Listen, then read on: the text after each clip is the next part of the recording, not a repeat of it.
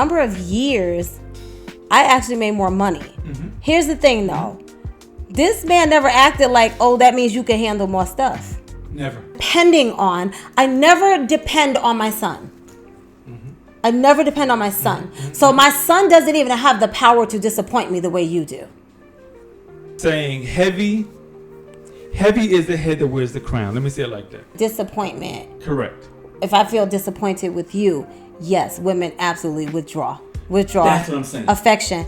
But please, if you find yourself thinking, he's like one of the daggone kids. Yeah, see that if you find yourself thinking, that's the stuff, yeah. If you find yourself saying, looking at your kids and saying, he's just like your big brother.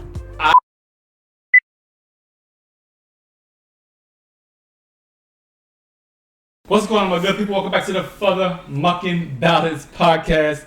I am Roberto. Your name is Robert. I'm Jamila Ballad. Thank you so much for joining us today. We're going to go ahead and jump on into this. What we're going to talk about today is healing in a family. We were talking earlier about forgiveness. So my husband posed the question, who is easier to forgive? Or rather, I think you asked, what's the difference between forgiving a son or a child? But in this case, we're going to use the son as an example. Okay, we might get into daughter as well. But he was asking, what's the difference between forgiving your son versus forgiving your husband? Your husband, exactly. Great question. Great question. So we had a very long discussion about this. We should have just recorded that. Yeah, we should. We already did a whole podcast on this topic, but we just didn't record it. So here we go again. So I had to stop for a second. I had to ponder this one for a second. Literally, it took about a second. And then the more that we talked about it, we began to uncover more and more and more. Broke it down. There's a lot of layers to this. Forgiveness is forgiveness no matter who it is, right? No matter who it is. But so why does it feel... It feels different. It feels like it's different when you're forgiving a child versus your spouse, right? Yeah, so let me just give a little background, okay? Just to give you an idea. If you have not already, if you're not already familiar with us, let me just give a little background. I have 2 sons, 2 daughters. I have a son that is 16, and that's the baby. And then my other son is 25, okay? He has a twin sister who is 25, obviously, of course. And then my oldest is 29 years old, okay? So for the sake of this conversation, I think we're going to use mother-son bond versus wife-husband bond, obviously with the same woman, okay? Right. And I'll let you go ahead and get into your kids' ages, just so that you all know that we're speaking from our reference points, from our experience, based on our relationships. Correct. And literally the wisdom that came from God through our lives. Correct. Okay, so go ahead. So I have 4, 3 girls, 1 boy, ages 28 to 34, I believe, right now. You're not 100% of the ages, are you? Yeah, no. Yeah, close to it, close enough. So that would be difference number 1 right there. Close enough. Mothers know the exact birth dates, the exact ages. Close enough. And fathers have an idea. Close enough. He definitely doesn't have a 12-year-old, and he definitely doesn't have a 40-year-old. And I know, so he's somewhere in the middle. And I know outside of those 4, there will never ever be another. Ever. There will never ever be another child. Yeah. Never. Well, okay. We won't talk about. That's a different topic. Okay. So here's the thing.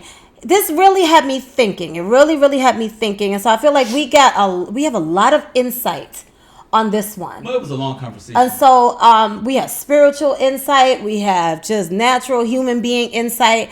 And so the first realization for me was that the bond between a mother and child is a result of the umbilical cord. Okay?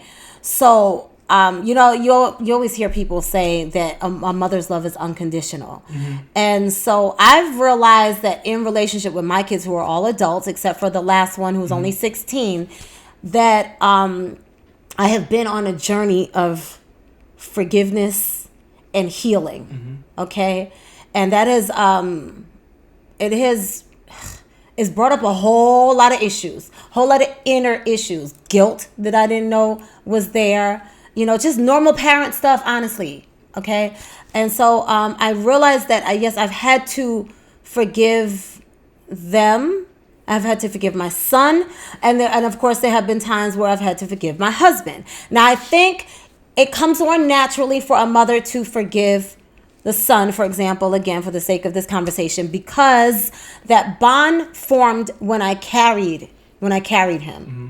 So before I even knew what he looked like, before I actually was able to see him and physically hold him, mm-hmm. the umbilical cord and the fact that I carried him is that's what the bond comes from.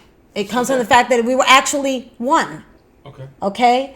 Now, what's interesting is, and I believe that is how God intended for it to be, right? So a mother always has this protective instinct, because from the time she finds out she's pregnant, mm-hmm.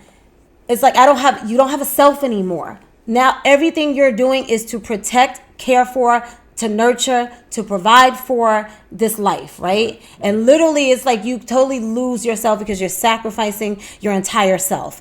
Now what I realized is that with a wife and husband bond, the bond is not something that the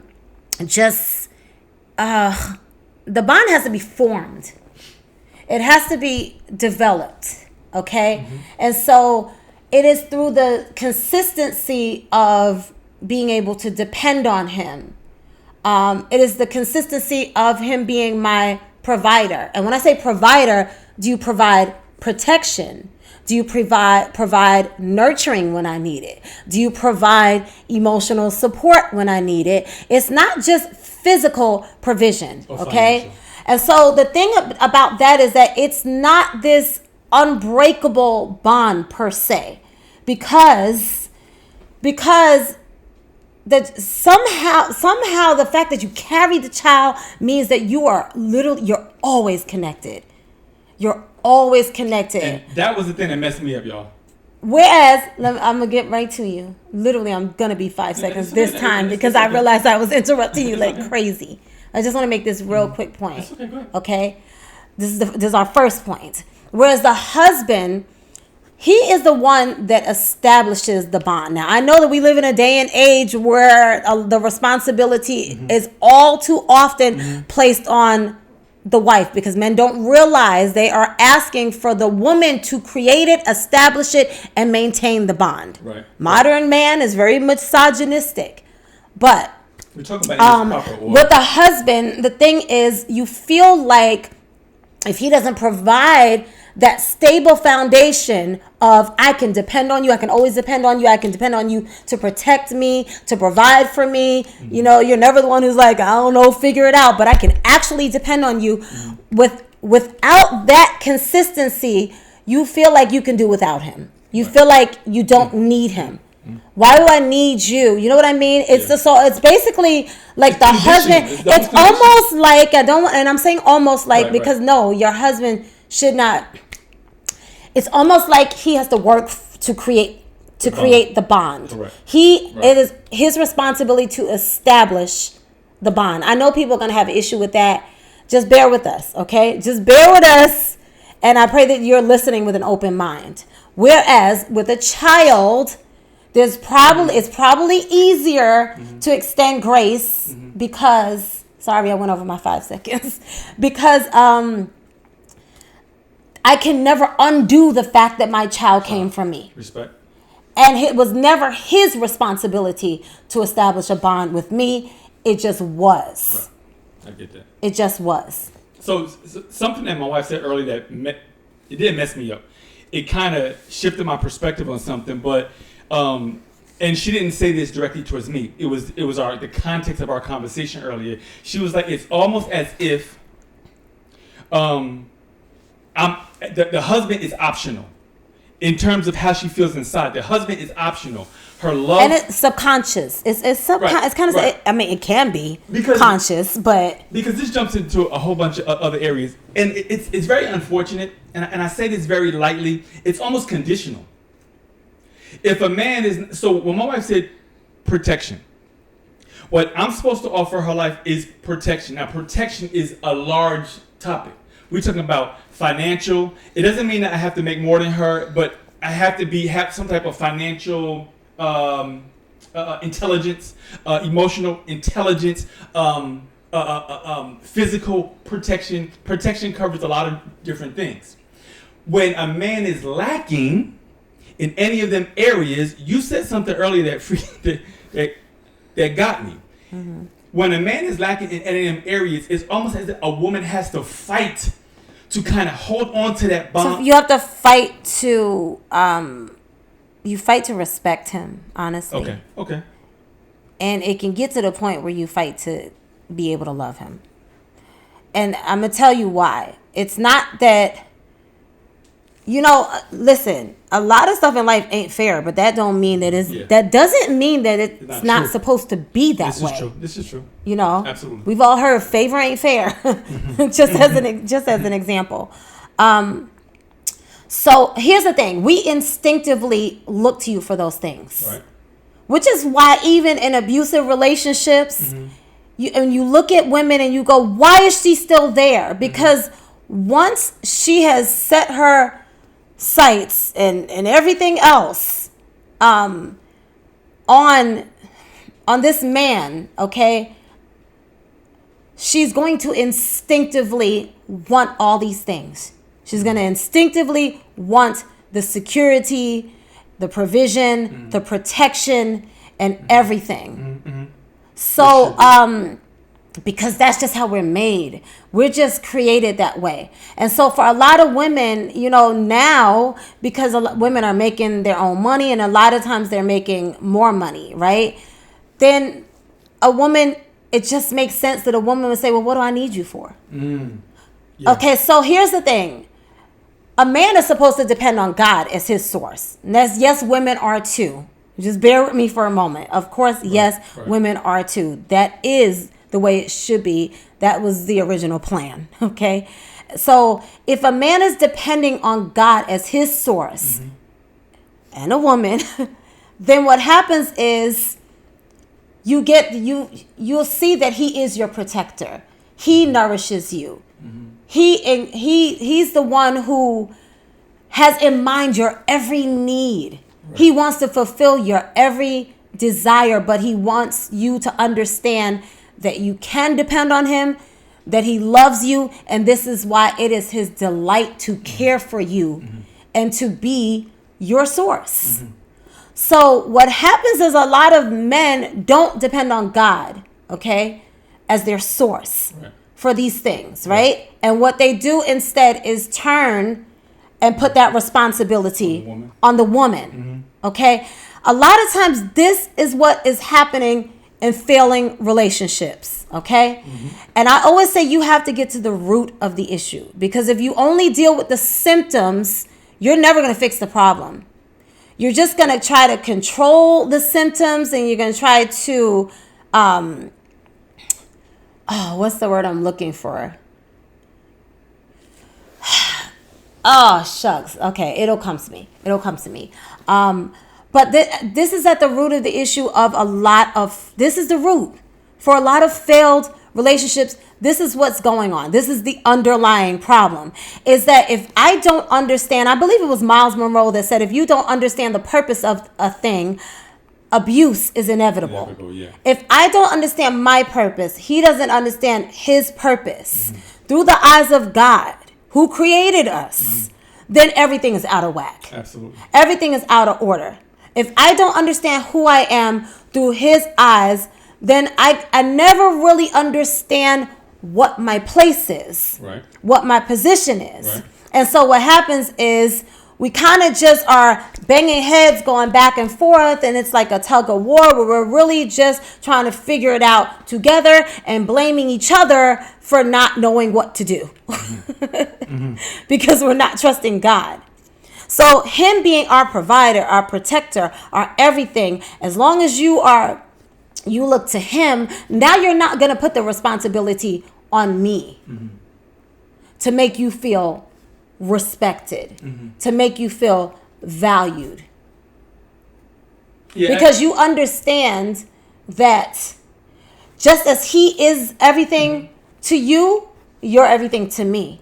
And then I'm everything to the kids. Right. And yes, you are too. Right. No, but we're talking about we're talking about order. Yes, Absolutely. We're talking about order. And if you'll notice, and a lot of people have been talking about this lately. It's been going on for a long time. It's become more obvious now.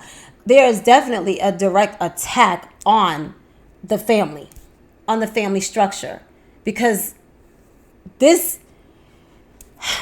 everything. Right. It's everything. If my husband understands his role as the husband, then there's a peace in my life. So, and I've talked about this, I was going to say a lot in the past. I don't know, if you followed me, you would have had to follow me to have heard it over and over and over and over.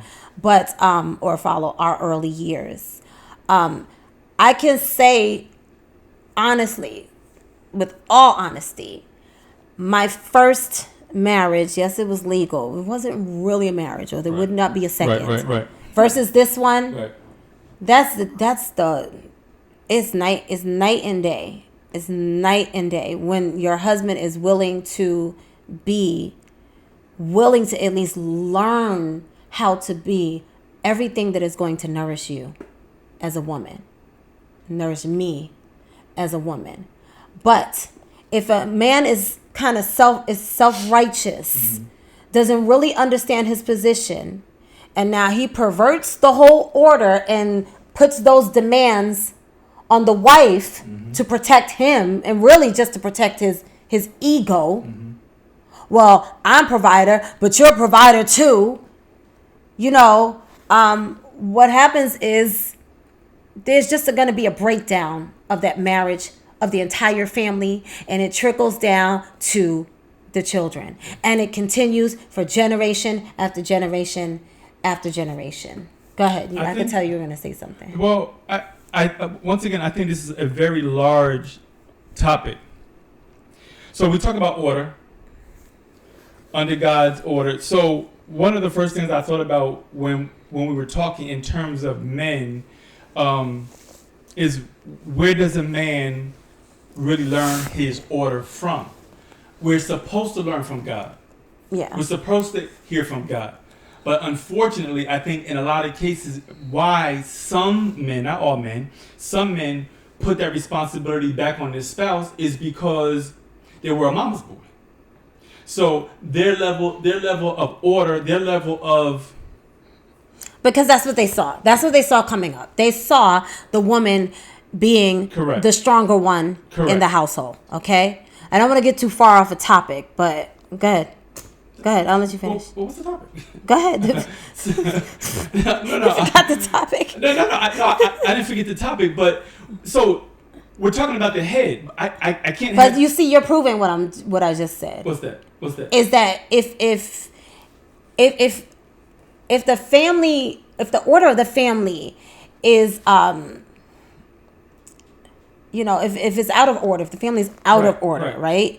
Nobody really understands their position, and the man is depending on the woman and, beating her down emotionally, mentally, sometimes physically, with you're not doing this, based on his own feelings, just based on his own ego, because God is not, he's not led by God. Right. Then that's what happens. It causes the breakdown of the family. Correct. So you are saying the same thing. What happens is, if you see it, it continues. You learn it. It continues from one generation to the next, to the next, to the next. Correct.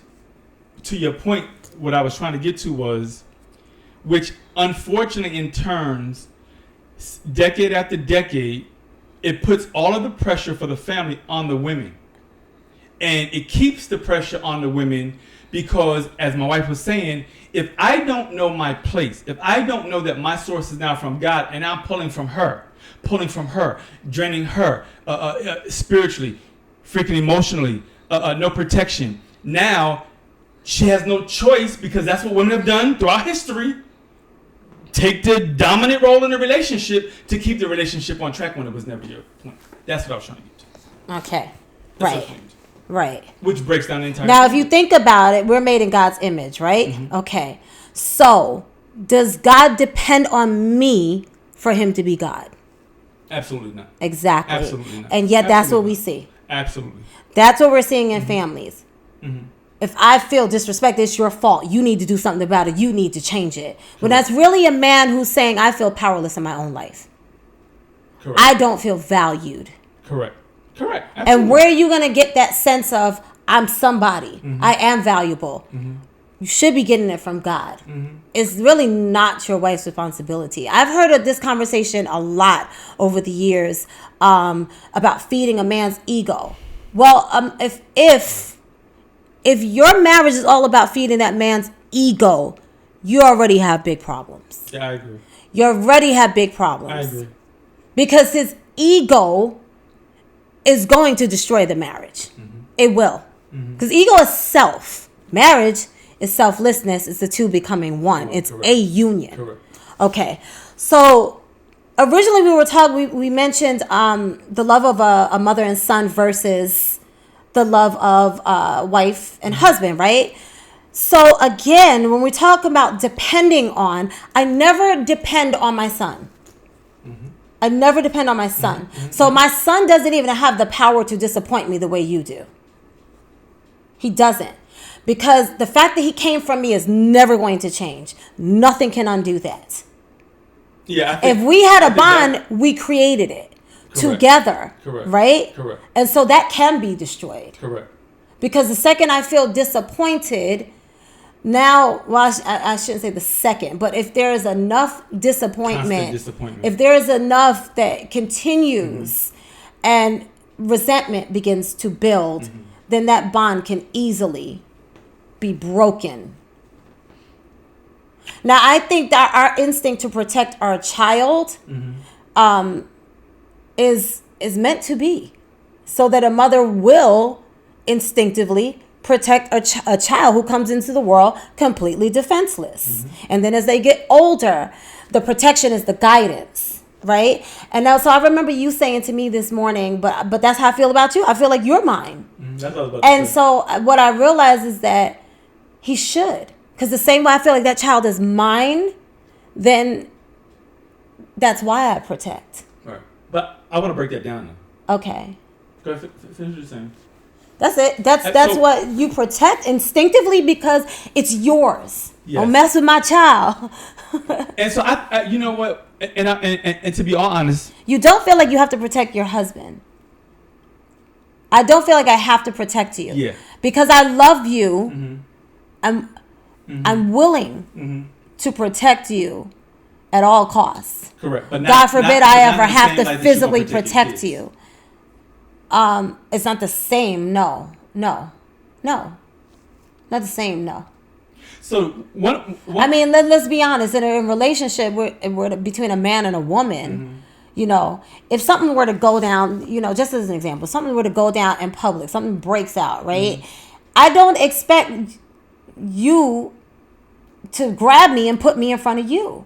So subconsciously, we know you're the protector. Yeah. I said this a long time ago, y'all. Now, would I protect him if, God forbid, absolutely. he I was can see that. physically something happened?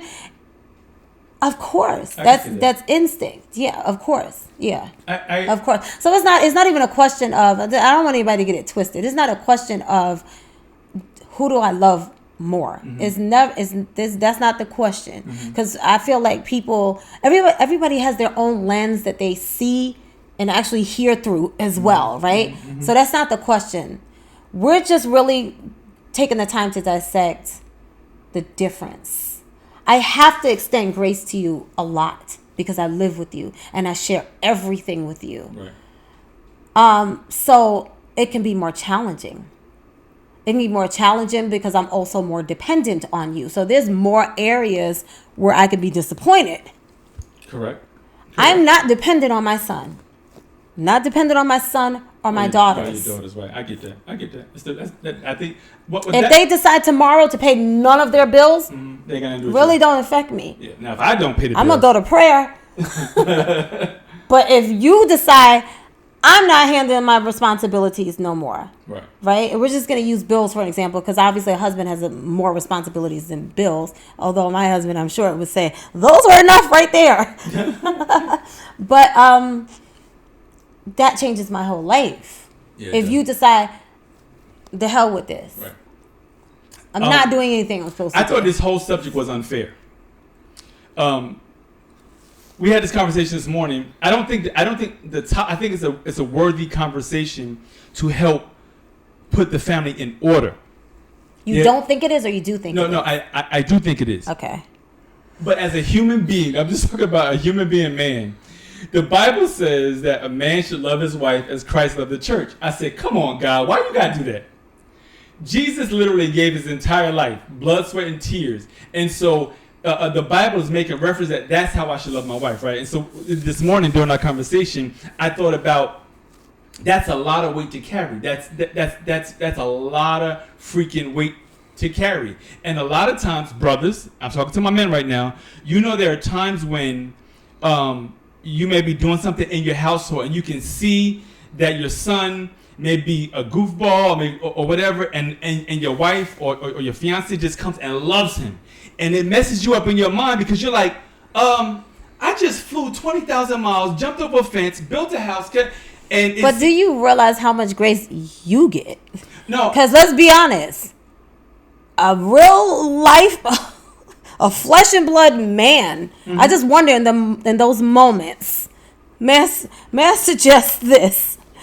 If you ever did you ever stop and think absolutely of how much grace is extended to you? Absolutely. Because now what you're talking about is a feeling of jealousy, and I think with jealousy, thank you for admitting it, because I think a lot of times with jealousy, people act like I'm not. We all feel jealousy. Yeah. We all feel it. Okay, so it's not bad in and of itself. Correct. I think we equate it with just being a bad emotion because too often, people do ugly things when they feel jealousy. Correct. Hold it for 1 second. So, listen, anytime y'all see us on the podcast, I always come from this very practical point because I'm thinking what a man is thinking looking at us. But my wife said something that was really interesting. The reason why I brought the whole jealousy topic and everything else is to put us in a mindset. So the same way she feels about her kids inside emotionally, when we propose to our wife, that's how I feel towards you. And you just said that. I feel like this is my bond. That same inner connection, that's why I proposed to you, because I felt that inner connection. I want her to be my wife. And see, the thing is, it's not that one is more and one is less. Correct. See, if we could just understand it, respect that, and honor it for what it is, it would just, everybody wins. Correct. But I mean, again. So, but it's man that came up with this. So let's talk about money for a second. I think that's one of those things that make people feel like especially nowadays. Mm-hmm. I don't need him. Mm-hmm. I don't need him. I make my own money. Mm-hmm. Can I tell y'all that is literally a plan straight from Satan. It really is. It really, really is. Remember, the Bible says the love of money is the root of all evil. Not having money, right. Not having it, right. The love of. Right. Because had it not been for greed and the love of money and the man's fleshly desire to, fleshly, very self-righteous need to, dominate over and to oppress and to be better than and to exalt himself. Without all of that, we would not have this wicked system that we are all living under. Okay? We wouldn't have it. And without this system being structured exactly the way it is, it's a system of power, okay? Without it being what it is, we wouldn't need two people working in a household. Mm-hmm. We wouldn't need that, okay?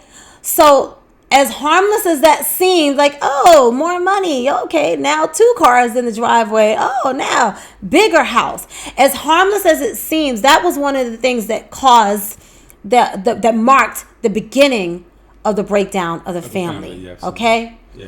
And so I'm going to challenge anyone who doesn't agree with this to really stop and think and examine what I'm saying. Because I think we have been so programmed to think, this is all good. But the consequences have not all been good. They have not been all good. Everybody is overworked, exhausted, don't have time for those families, barely raising their own daggone kids. Divorce rates are through the roof as usual, which they have been for the longest. They're probably higher, actually. I need to check. But so we think we need, no, you can't say that. You can't say that this system created a problem where there are two, the mother and the father are working, ideally, right, in an ideal situation. You can't say that because, you know what, we have the right to make money too, but stop and think. How do you see a man as your provider if you're doing all the same stuff that he's doing? Listen, let me talk to my sisters for a second, okay? Let's be real honest. We always gonna be really honest here, okay? And even if it's hard, it's okay because we learn together. Yeah, absolutely. And we're determined to always learn together and to be humble and be stronger and better. Stronger than last year. Mm-hmm. And 5 years from today, be stronger than 5 years ago. When a woman thinks, I don't need his money, you also subconsciously think, I don't need him. I don't need him. Yeah. Conditional. That's what you do. For. Yeah. You do. Yeah. I heard Steve Harvey say, like, his wife doesn't want for nothing. He don't want her to work. He doesn't want her doing anything. She doesn't have to. And let's be honest. And I'm gonna toss this over to my husband in a second because I can't speak for men, although I think I can safely say this much. I don't think there's a man who wouldn't want to hold everything down on his own and not ever have to ask his wife for anything. I think if any man, any good, decent man could snap his fingers and make that happen, he would.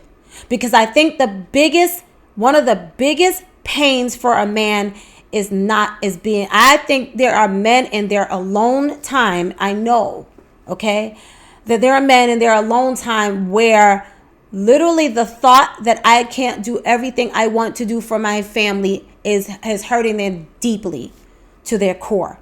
And so this is why I say this system is so evil, just as it says in the Bible, because it's not supposed to be like that. Right.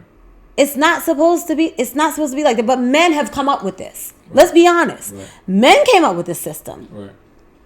So this is what happens. Women, then when we look at women like Oprah Winfrey, and this, we've watched her. I watched her growing up. And so many of us have often brought up her relationship with her life partner who they chose not to get married because everybody's like, she don't need him.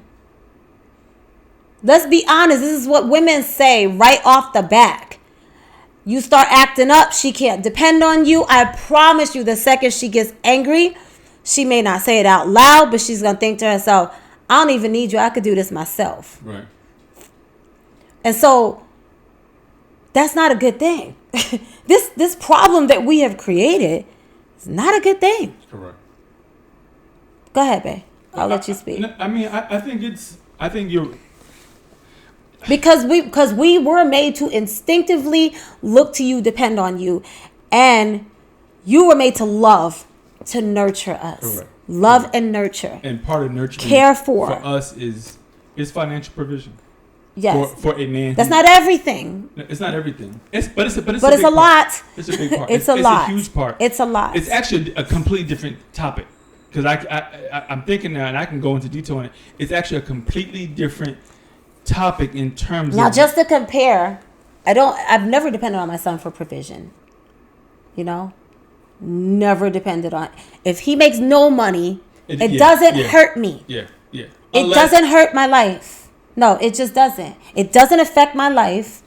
Of course, I want the best for him. Correct. That's not the question. Right. It doesn't rock my whole world if he's not able. True. Financially. True. Unless you made him your whole world. which some women Yeah, have. we ain't talking about Okay. them. All right. I'll put it in perspective. Some of y'all make your son your whole life. I just want to, I want to make the point clear. Yeah. That's the difference. That's the difference, yeah. That's the difference. Why? Yeah. The forgiveness. Mm-hmm. The thing is, there's so much a weight. I hate to say it like that, but there is. It is. On you. It is. That's what I was saying earlier. And it's just like with parents, though. Like, we always talked about in dysfunctional households, mm-hmm. where there's one parent and there's two adults, but mm-hmm. there's only one parent. Right. And what happens is the one who wasn't doing their job, they kind of skate.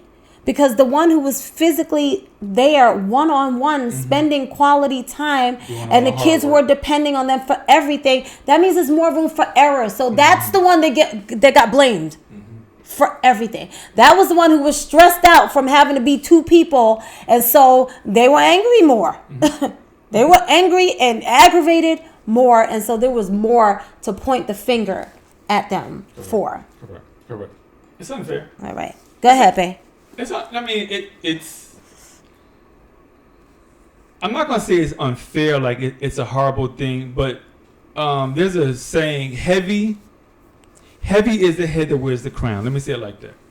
I think this morning during our conversation, that was one of the things that struck me, that my source needs to be God, because if my source is not God, I as a man am not in the habit of running to friends or family members for answers. And I think the last maybe 5 or 6 years, there's a lot of stuff I don't even dump on my wife. I try to figure it out in my head, and then when I hit my end, I'm saying, God, okay, I need your help, I need your wisdom, because I know if I continue down this course, especially if you're talking about money-wise, the entire situation is not going to end up well. So I think when we start talking about heavy is the head that wears the crown, for me, my wife's position is to make sure my crown stays shiny. It's not her responsibility to place the crown on my head. God gave me that responsibility. I place the crown on my head. I wear it proudly. And from there, I delegate from there. Not as an overlord, not as an asshole, not as any of those things. I play my position. I play my position as the protector of our home, and it gives her the freedom to be the wife God designed her to be. That's how. And well said, babe. I still think it's a large burden. And so when my wife said earlier, when a woman may not give herself freely to the man not protecting her in different ways, I can see how that can be so. I can see how that can be so. The same way, if your son is acting up, you're going to check him at some point.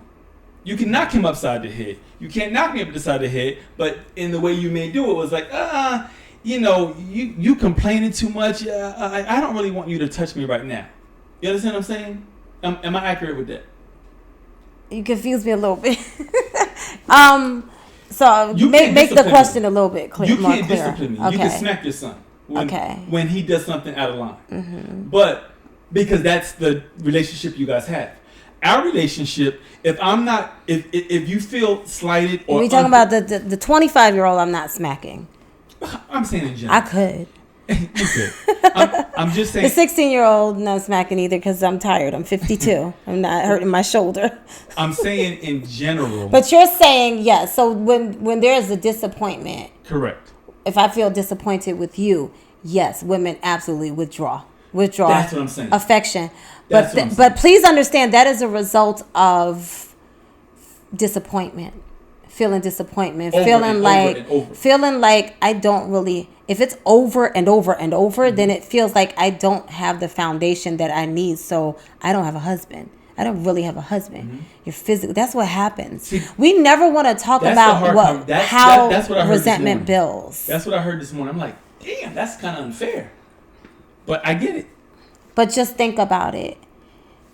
If God was kind of wish-washy, mm-hmm. up one day, down the next, sometimes I could depend on him, sometimes I can't, then what the heck? Why would I need him? Truth.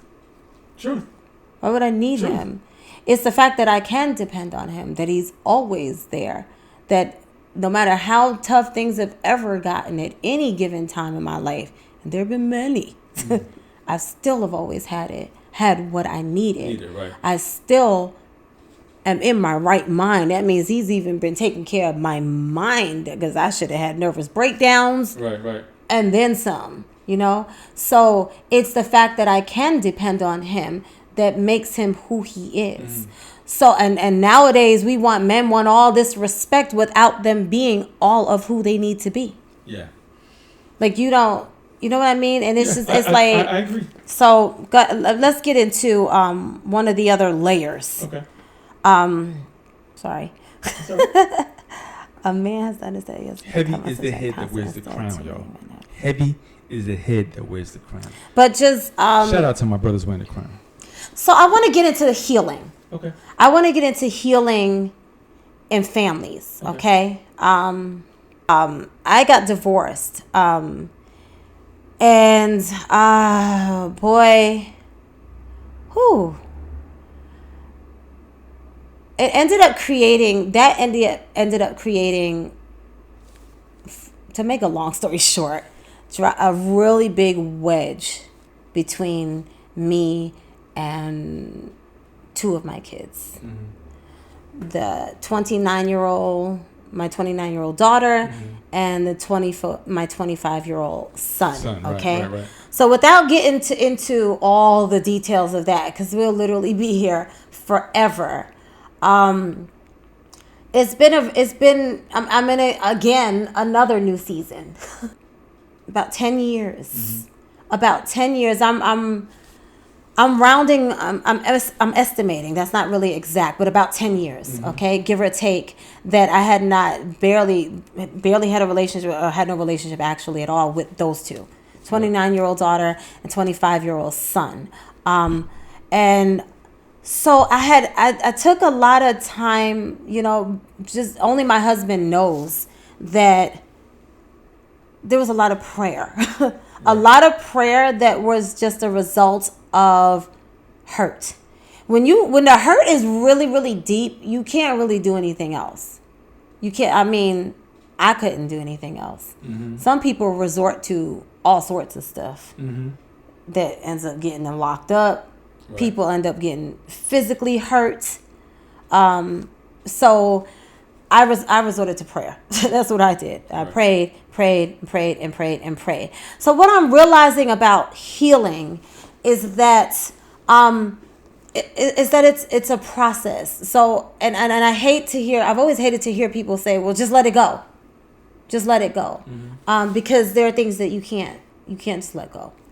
So it has made me learn. So I've learned a lot about healing and forgiveness. Okay, and so here's the thing. It is like no matter I couldn't have gone 10 years without speaking to my husband and still have a husband. Okay, I could go 10 years without speaking, although I didn't want to, and it was very, very hurtful. But I could go that long without speaking to kids, and still, the second you talk to them, the second you see them, it's like nothing happened. Yeah, absolutely. And so this is how we ended up talking about the bond, the difference in the bonds, and what is the difference in the healing, the difference in the forgiveness. Right. Because there is definitely just this unbreakable bond between mother and child. Now, hopefully, marriage was designed to be that way. Correct. Between as well. A man and woman. Yes. Absolutely. But I don't know how we could have gone 10 years without speaking and still be on good. You know what I mean? Yeah, no, we can't.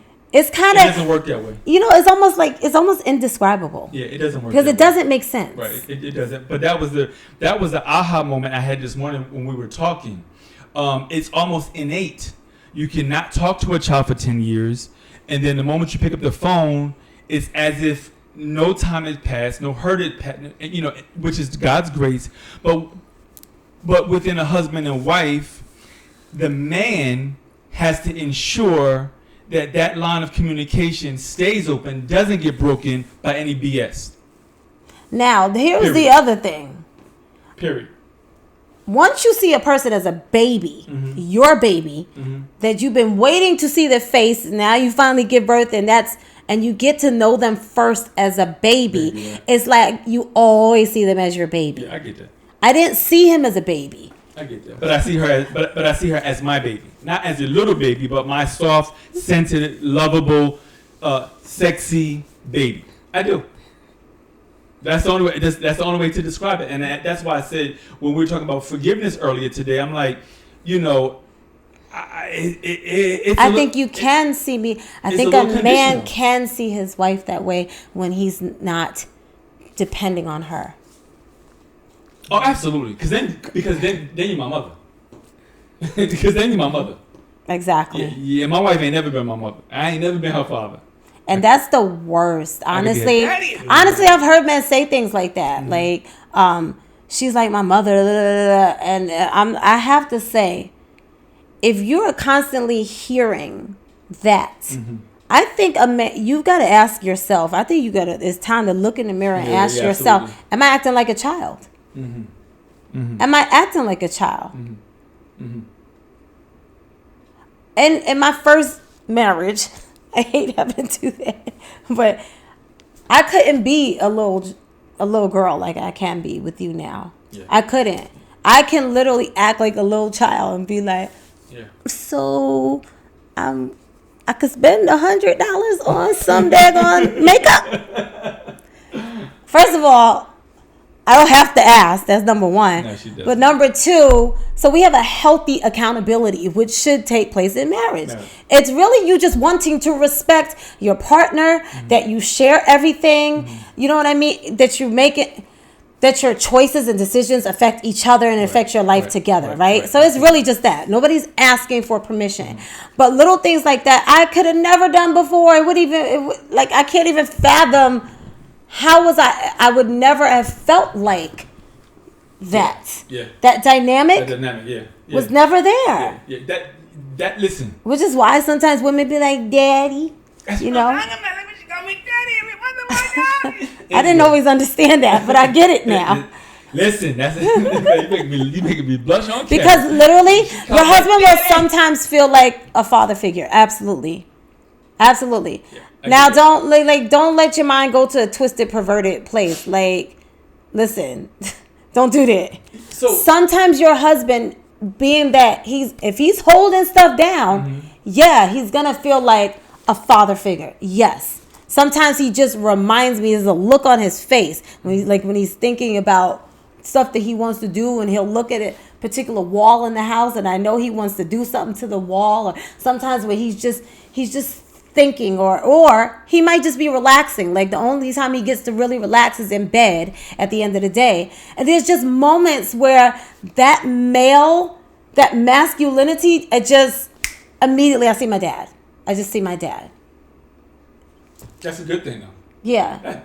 If instead you think like stuff that I used to think, I hate to say this, but this happens to people. So it's important to talk about it.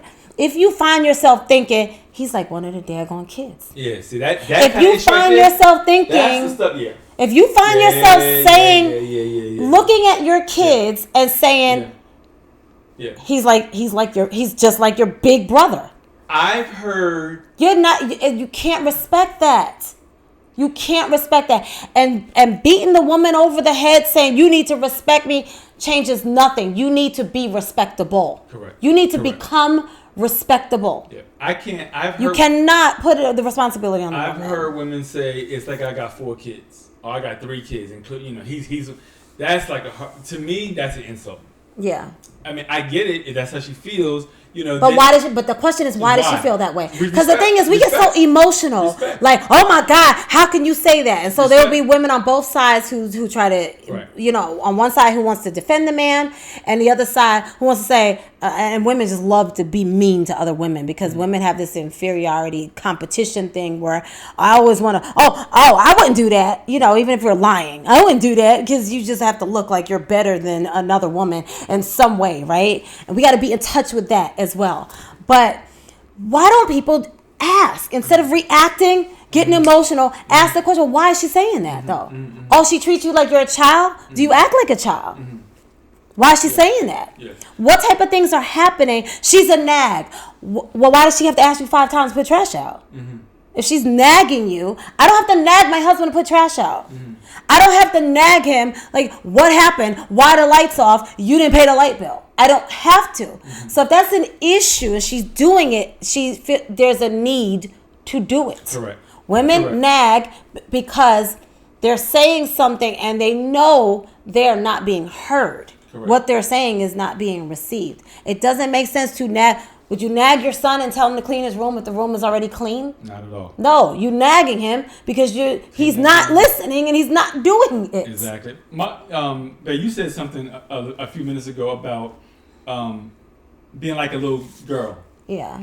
That's we can gloss over that, but the only reason why you can feel that way is because of the way I've been. You understand what I'm saying? And I think a lot of men are not, and so women suffer because of that.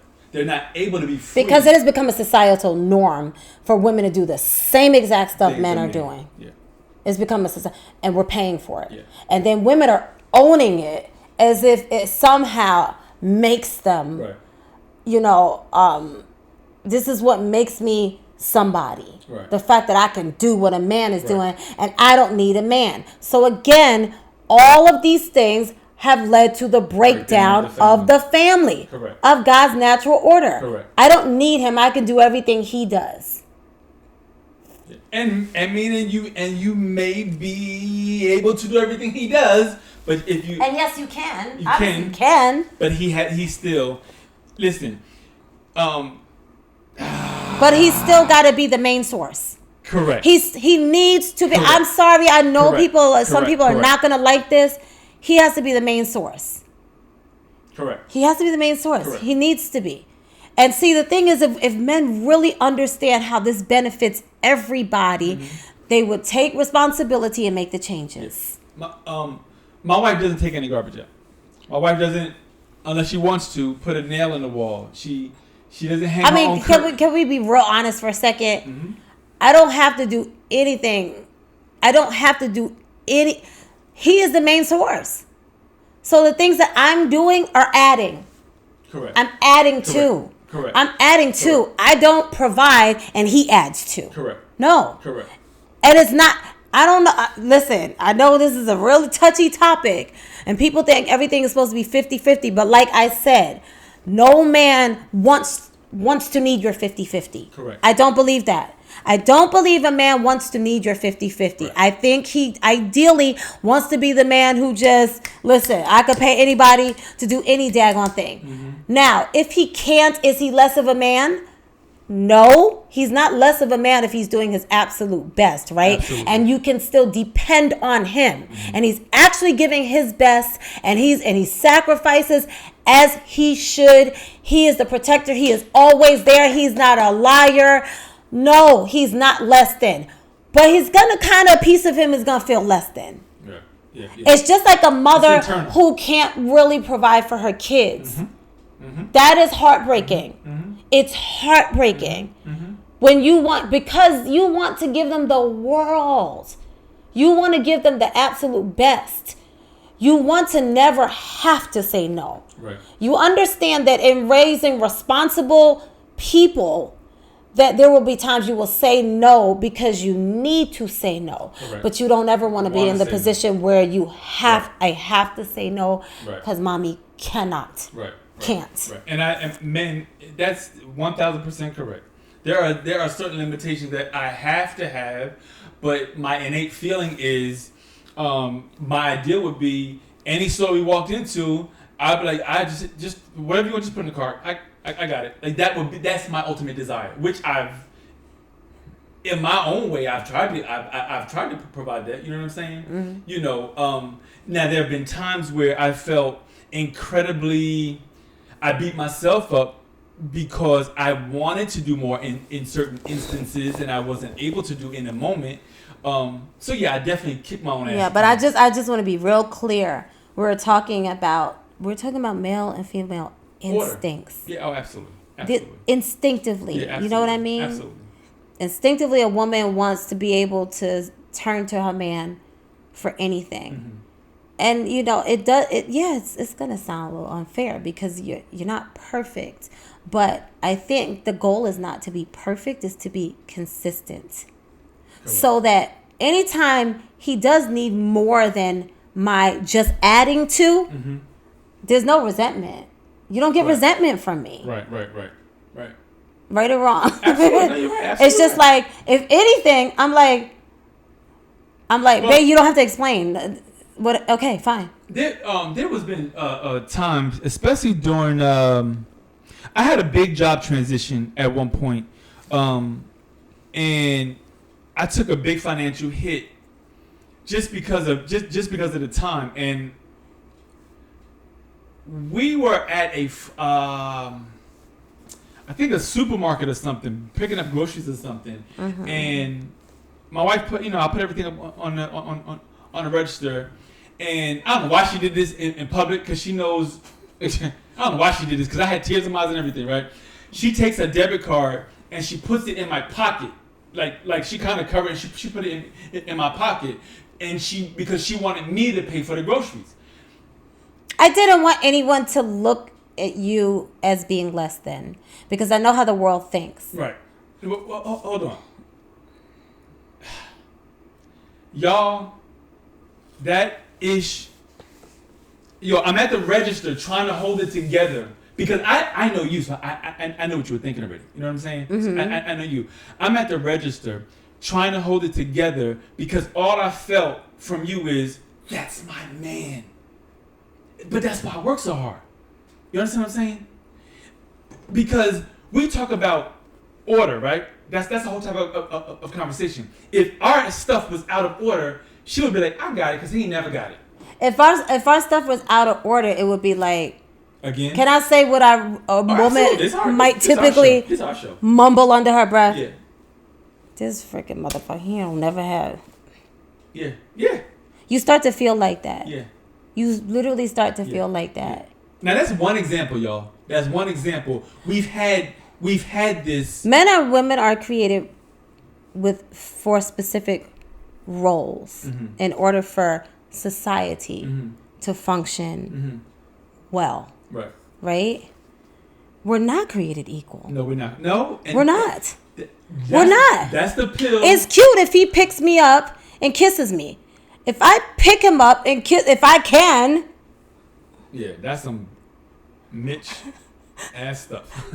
Let's just say that don't look good. I mean, things have changed so much. Yeah, I know. But we ain't gonna change that much. Because I noticed some people staying at home with the baby now. The baby. Anyway. This is not to shade anybody, but I don't have any problem talking about. But it's still about the truth. Yeah, absolutely. And talking about because we need to talk about it. We've gotten so far away from what's best and healthiest for everybody. Mm-hmm. And now everybody's scratching their heads trying to figure out what the problem is. Yeah. This is it. Yeah. Can I give one more example? Sure. Of you? During COVID. We're supposed to get to the healing. Go ahead. Oh, my bad. Go ahead. It's okay. Go ahead. During COVID, my wife, she started a job. I lost my job. And I did what I always do. I probably went into panic mode. But you busted your behind going on interview after interview after interview after interview. That's what I was going to say. With your mask and gloves and everything. But go ahead, sorry. My wife said to me, she said, honey, I never doubted. She said, because you look for a job like you were going to work every day. She was like, she said, I knew we would get through it. She says, the way. Right. And see, yes, I'm glad you brought that up. Mm-hmm. Because that's the difference right there. Yeah. So please don't misunderstand. We're not saying a woman should just do nothing. No, because I love my husband, mm-hmm. and I love my marriage. Mm-hmm. That listen, the goal is still selflessness. Correct. It's complete selflessness. Correct. So if I have to pick up the slack 1 month, it was about 3 months during that period, right? Uh-huh. If I have to pick up the slack, I think there's no account. I didn't keep an account. Mm-hmm. I couldn't tell you how much it was. It mm-hmm. doesn't matter. Mm-hmm. you are us. Mm-hmm. We are us. I can tell you how much it was. That's it. But go ahead. But That's it. listen. So, and here's the thing. Go ahead. I just want to reiterate. Because you are so okay, let me just throw this in too. For a number of years, I actually made more money. Mm-hmm. Here's the thing though. This man never acted like, oh, that means you can handle more stuff. Never. Financially. Never. I'm gonna say that again because I think that brings up a very important principle. It really does. Okay. It just so happened that for a number of years in the beginning of our marriage, I made more money. But he never treated me like, well, you making more money, so you handle this. Right. You handle that. Right. He never did. Right. He was still 100%. What I got to do with me? I'm the man. Mm-hmm. Birthdays. What does that got to do with me? I'm the man. Absolutely. So I still got diamonds for gifts. I still literally. And it's not about the gifts either. It's about the fact that this man doesn't say, well, he accepts his responsibilities and he holds himself accountable to his role, his position.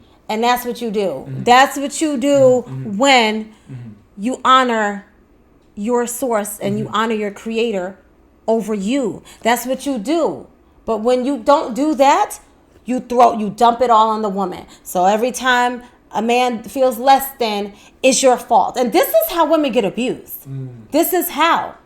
Because if a man is going to carry the frustration of having no outlet if he doesn't go to God, right? So what does that mean?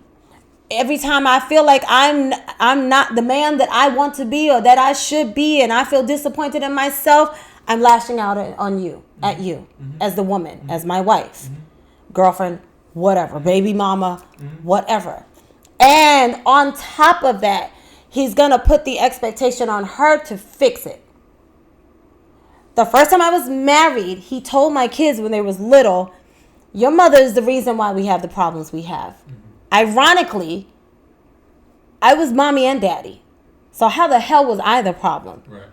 So you dealing with a man who really is not good with himself, is not able to regulate himself emotionally, mentally, and everything. And then on top of that, he's making you responsible for it. Everything. Yeah. And chances are that man is going to tell everybody what a problem you are, what a bitch you are, how much you bitch about stuff, how much you nag him. And if he's running around to tell other women because he feels like he is less than, he's also cheating. He's also going to be cheating. So you really are going through all sorts of hell when we can't honor what is my role? What role was I created? Yeah. What is my responsibility?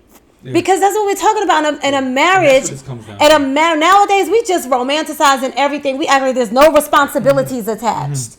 Oh, this is somebody to buy me gifts and take me out and we wear cute outfits together. This is a responsibility. Yeah. Listen, life is real, okay? There are pictures, there are social media pictures, and there's real life, okay? And so there are times where I don't feel lovey. And he's still going to get dinner. I'm still going to go in the kitchen and make his dinner. There's times where I'm so tired, he don't want me to make dinner, and he will make sure that I can go pick up something, or he will roll up his sleeves and go cook dinner.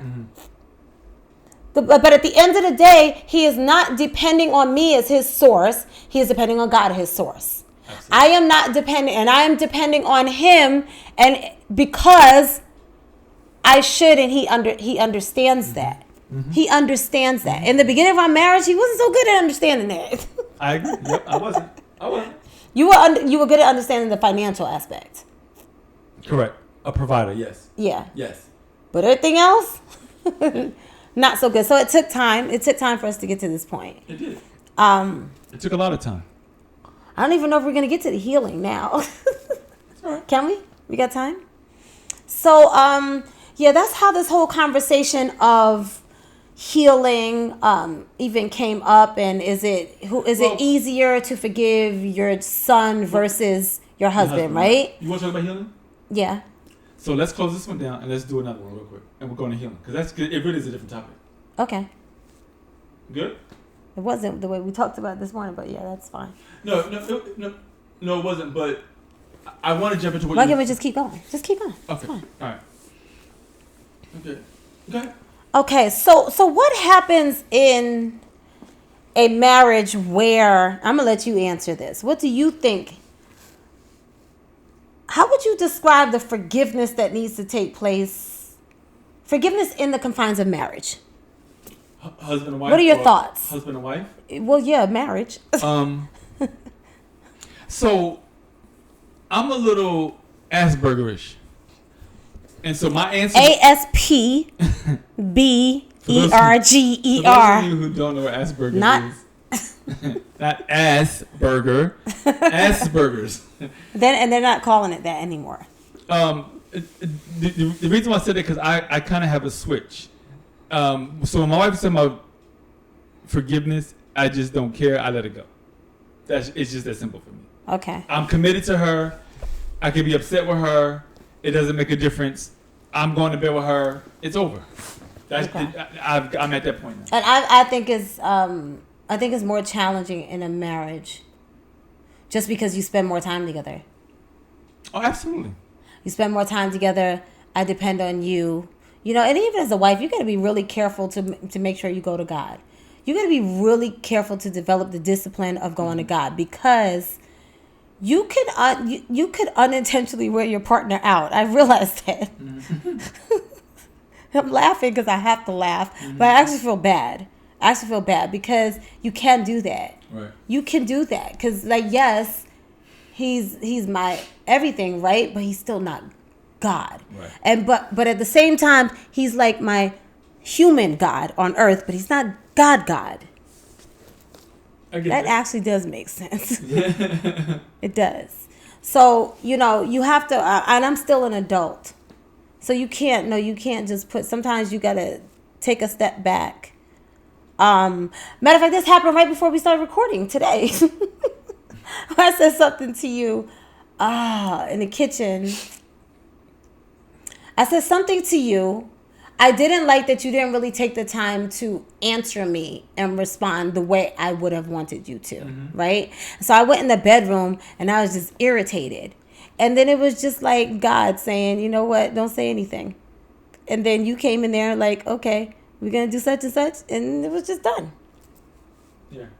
Now I have to admit, my habit before was no. I needed the satisfaction of knowing the response the way I wanted it. Yeah. I think for me, at some periods, so I met this gentleman several years ago through my wife. We still ain't talking about healing. This about healing. Okay. I met this gentleman through my wife. I forgot his name. What's the couple in Atlanta's name? The older couple that we went to. Oh, okay. We can't say their names, babe. Okay. Well, anyway. I know who you're talking about. So anyway, I met this older gentleman. We're talking about healing. This is what he said to me. He said, my wife got 7 different personalities, and I love them all. That's it. Listen, that's it for me. That's why my wife got. And they've been together. You guys say I have 7 different personalities? No, I'm talking about him. I was about to say, Jesus, 7?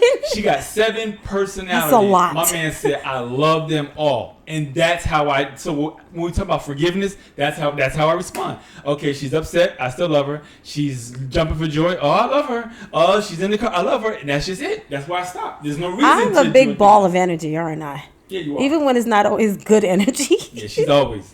Not me. Not me. I'm like a hard stick of butter sometimes. Got to cut me with a knife. You can't cut me with a knife. That's a good analogy, man. You're my stick of butter. You're the frozen stick of butter. Yes, that when you go to make something like, you like, ugh, why didn't I take this freaking butter out the fridge? That's me. Out the freezer. I'm a hard stick of butter, y'all. He's a hard stick of butter. Exactly. So, make a lot of jokes from that one. In the words of my fine old friend, my wife got 7 different personalities, and I love them all. And they've been together, shucks, I think like 50 years. 50 years, yeah. Yeah. Wow. Yeah. Yeah. Wow. That's forgiveness. So, okay, you know, I think we got, I don't know if we covered everything we wanted to cover, but that's okay. We're going to trust God with this one. At the end of the day, healing is a decision. It's a decision. I'm sorry, forgiveness. Forgiveness, yes. So I was telling my daughter, because she said, well, sometimes you're not, and I think a lot of people think this. I've heard a lot of people say that I'm not fully healed. Mm-hmm.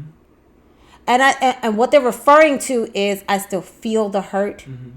I still recall hurtful things. I go there in my mind, and then sometimes I might still feel the pain, mm-hmm. may even feel depressed.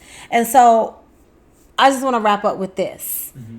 Healing, the second you say, God help me, mm-hmm. God help me, heal me, and you're asking him to come into your heart, he's that faithful, he is that good, he loves you that much, he is so his word, it's done. Mm-hmm. You're healed. Mm-hmm. The reason why it feels like it's a process is because you have a spirit self. You're made up of spirit and your mind, right? And so for anybody who wants to do right and be a good person in this mm-hmm. world and be honest, mm-hmm. operate with integrity in this world, there's always a battle between your spirit and your mind. It's a war. Always.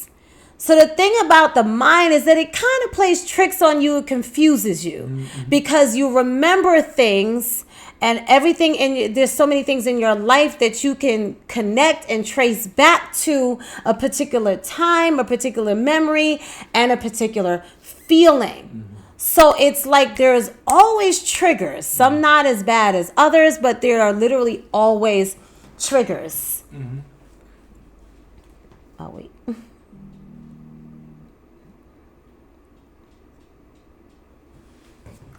So the triggers make you question your healing. Mm-hmm. It makes you doubt mm-hmm. whether or not you're actually healed, and you think, oh, okay, the second if I still feel hurt and I still shed a tear when I think about when that person betrayed me, when I think about how my dad wasn't there for me, not me, when I think, because that just wasn't my experience, but things like that, mm-hmm. what happens is, they stop doing it, I can see you. Sorry. What happens is that in those moments you question whether or not you are actually healed. Right. So I've thought a lot about healing, and I've prayed, and I've literally sought God's insight and perspective on it. So the thing about hurt that I've learned is that it can blind you. Mm-hmm. You know, if you dwell on it and just pay attention to your thought life.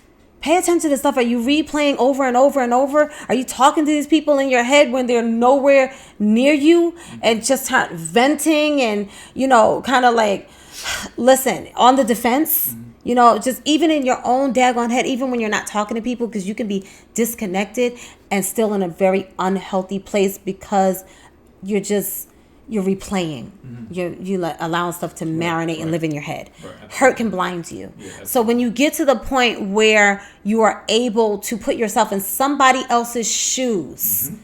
because usually in a relationship there isn't just one person that got hurt. Mm-hmm. Mm-hmm. And suddenly you realize that when you put yourself in the other person's shoes, it's like, wait a minute, I was so in my own hurt that I didn't stop and think a lot of people got hurt because of the situation. This case, divorce. Yeah, absolutely. We have to do another one, so we're gonna pack the whole thing, because the entire story is just, I think, would be a blessing. Yeah. I do. Yeah, this is a lot. Yeah. But I this was a great episode. I hope you guys got something from it, ministered to, educated from it. I hope my brothers listen to all my brothers. If you're struggling with some of the things that we talked about in this podcast, get at me. YouTube. It's never too late, by the way. It's never too late. It's never too late. It's never too late. Mm-hmm. And if, I'm gonna try to make this real quick. You probably will never hear us talk about cheating. We want to elevate the relationship of marriage. So when we start talking about issues and forgiveness, we talking about everyday life stuff, yo. Everyday life stuff. Yeah. Everyday life stuff. Yeah. Because even with everyday life, we can still hurt. I can still hurt my wife. I still got to be accountable to my wife. So I want to make that point. And vice versa. And vice versa. Thank y'all for checking us out. Thank y'all for checking out the Fuddle Muck and Ballot podcast. If you guys are having a wedding and you want us to officiate. There you go. I can never say that word. I know. Like, forget about it. If you guys are having a women's conference and you want, I know a dynamic, phenomenal empowerment speaker. I happen to be married to this beautiful woman. Drop us a note, an email, Instagram. You can find her on YouTube, Facebook, TikTok, and Instagram at Jamila Ballard. There you have it. You said that. I said it already? All right. Thank y'all for checking us out. We'll be back real soon. All right? Peace. Bye. Thank you, guys. Bye-bye.